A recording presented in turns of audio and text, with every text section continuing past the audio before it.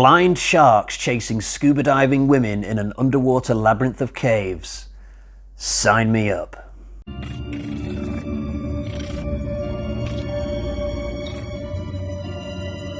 This is obviously a sequel to 47 Meters Down, but it has absolutely nothing to do with the first one. This is entirely a standalone film.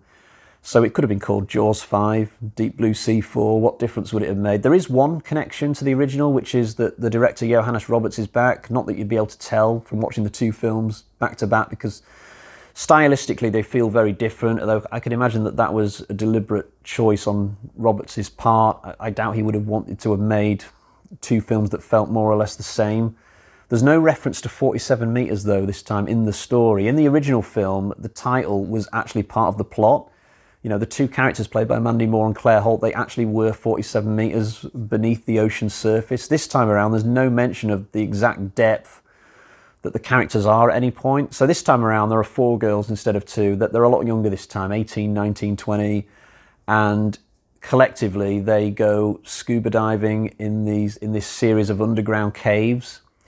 But once they get in there, of course, there's some kind of rock slide behind them and they're trapped in this place. So this is sort of like the underwater version of The Descent, but instead of humanoid monsters going after these girls, there are blind great white sharks in these caves. Yeah, not entirely realistic, but I didn't mind. For the purpose of this film, I didn't mind, you know, the science being a little bit fast and loose.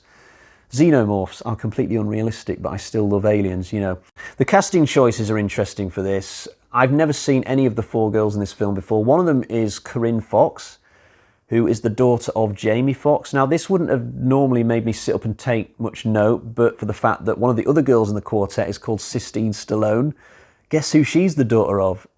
That's right, Bruce Willis. No, Sylvester Stallone.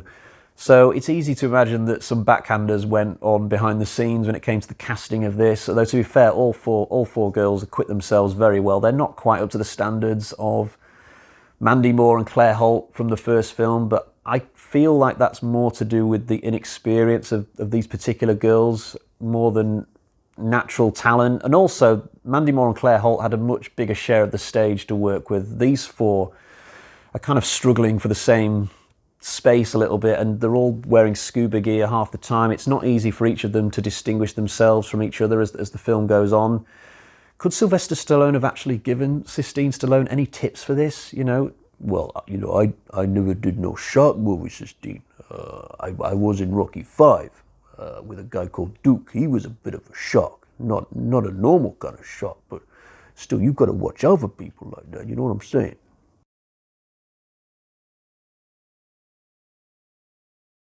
The main girl in this, Sophie Nelisse, who plays Mia, she's excellent. She does a very good job of carrying the film, actually, but I think the characterization in the film as a whole suffers a bit once the characters get down into the caves, because they're all behind scuba masks. It's not easy to keep track of who's who. It doesn't help that a lot of the personalities of these girls are quite similar. I was able to sort of identify where Mia was most of the time in any given situation, which was useful. But at least 2 of the other girls made no impact on me whatsoever. The girl who Sistine Stallone's playing, she stands out a fair bit because she's sort of portrayed as the dense one who keeps making rookie mistakes, and she tends to hinder the group rather than helps them. The atmosphere in the caves, though, is absolutely top-notch. I mean, for a lot of the film, I was like this, just like I was with the first one. There's also a heavy emphasis on the characters having to preserve their air. This was a big thing in the original as well. The 2 girls in the first film started out with 200 air. I don't know what the measurement was. I noticed this time around that when one of the characters checks their readometer, just as they're about to jump into the water, she only had 100 air. And I thought to myself, wow, Johannes Roberts is really doubling down on the tension this time around. He's only going to give these characters half the air that the characters in the first film had. But it turns out that 100 was a reference to percentage. So it's not easy to compare the air that the girls get in this film to the air that the girls in the first film get. What's similar in both films, though, is that air tends to run out very quickly at first and then slows down. So these girls all get together and check their air quite quickly in this, and they've all got like 40%, 45%. And I was thinking to myself, they've only been swimming 5 minutes. We've still got an hour of the film left. What are they going to do? It turns out, of course, that there's been a bit of a time jump when the girls are just sort of casually swimming around the caves and there's not any immediate danger. Once the shit hits the fan, then we follow the story a lot more closely, and so the air appears to be going down a lot slower, I guess. And of course, at the end of the film, 2 of them make it out with like 1% left or something. It's not how well you can breathe. It's about how much current you can take and keep swimming forwards. Another positive for this film is that there's a lot of variety in terms of the different problems the characters are presented with. It's not just the sharks and the air. Because these characters are constantly on the move in these caves, they keep coming across fresh hazards. So at one point they come across a whirlpool. Now, the CGI on this thing is a little bit ropey, but then again, I guess you could make the argument, how the hell would we know what an underground whirlpool would look or feel like? It's a very exciting sequence. There's also a death around about this point that I really like. So this girl basically ends up in a shark's mouth, but facing away from the shark, sort of. And you think she's just going to get chomped up, but then she sort of wriggles free. But the only way she can do that is by leaving her breathing apparatus in the shark's mouth. So then, of course, she swims about 20 yards and just dies. But it's not easy in these sorts of movies to come up with original ways for people to die by shark. And this one was one I'd definitely not seen before, so I appreciated that one. There's a great sequence as well where there's like a really thin tunnel and the characters having to sort of wiggle their way through it, and you can see the shark, or one of the sharks, trying to get in himself and struggling, but he's nuzzling his way, chipping away at the rock. Very good sequence, that one. And the finale is very exciting as well. So the 2 characters who are left, who managed to get up to the ocean surface, there just happens to be like a tourism boat going past with like a glass bottom, and the operators are throwing blood into the water to try and attract sharks. So instantly the 2 characters who are left, Mia and Sasha, they're in just as much danger as they were back in the caves. And I thought the film was going to go full Piranha 3D at this point and have the sharks bash into the glass bottom of the boat and have 50 people in the water. I wonder if the thought occurred to Johannes Roberts, but maybe there just wasn't enough budget to come up with a big mass sequence like that with lots of people dying. So that doesn't happen.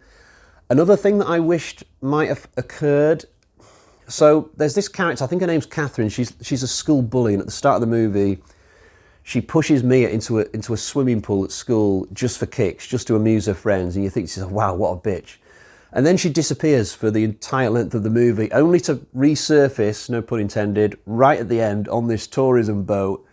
And I thought it would have been hilarious if, amongst all the commotion, she'd have accidentally tripped up, fallen off the boat, and that would have been the final kill of the movie. It would have brought the whole story full circle, from Catherine pushing Mia into the water at the start to, at the end, Mia's appearance causing a chain of events that lead to Catherine falling in the water. That would have been proper karma, but no, that doesn't happen. To be fair, what happens instead is almost equally as good. So Mia really plays the hero towards the end, saves her sister, and she ends up coming right in front of Catherine's face, and Catherine just looks at her like, wow, respect, I never knew you were this cool. And you just know that Mia is not going to have any trouble at school from that point onwards. And she's also rebuilt her fractured relationship with her sister. Now, my wife pointed out something interesting. My wife doesn't usually watch these sorts of films with me, but she just happened to come in the room for like the last 15 minutes of this. It was weird. And she said that the wounds on Sasha were probably quite deep enough that maybe she didn't make it later on. Maybe she died in hospital or on the way to the hospital. I never actually thought of that. I just assumed that these 2 girls would survive this, but I guess Sasha could die later on. I don't know. I kind of want to presume that Sasha lives. I mean, these 2 girls, they've already lost their father. I don't think Mia needs to lose a sister as well.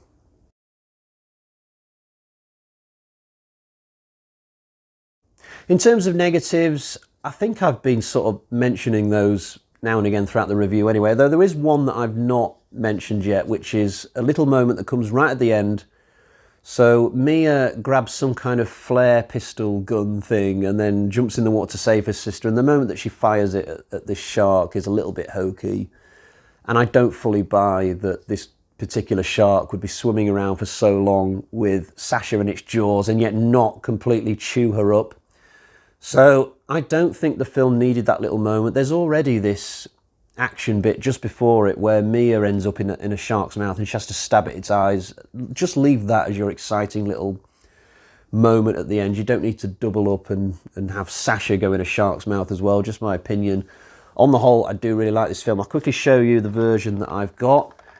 I've only got a DVD for this. I don't think there's anything better than this currently available for either this or the film before it. I'd love to see a new release at some point with loads of features and stuff, and, you know, a better presentation, because I didn't even bother getting this off the shelf the other night when I rewatched this. I just watched it on Netflix because I thought their version's probably better than this DVD version, but I've not actually compared just to guarantee that would be the case. I just sort of assumed it.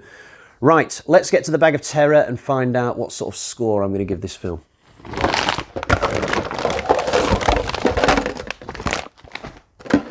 So we got 1, 2, 3, 3.5 bloody axes out of 5. This is a really enjoyable sequel. I do really like it. I have marked it half a bloody axe lower than the 4 out of 5 that I gave the first film. I do think the first film is just slightly better. It's a more gorgeous film. The characterization is stronger, and I think the twist at the end of the first one is extremely good. It just about trumps all the shenanigans that go on at the end of this second film.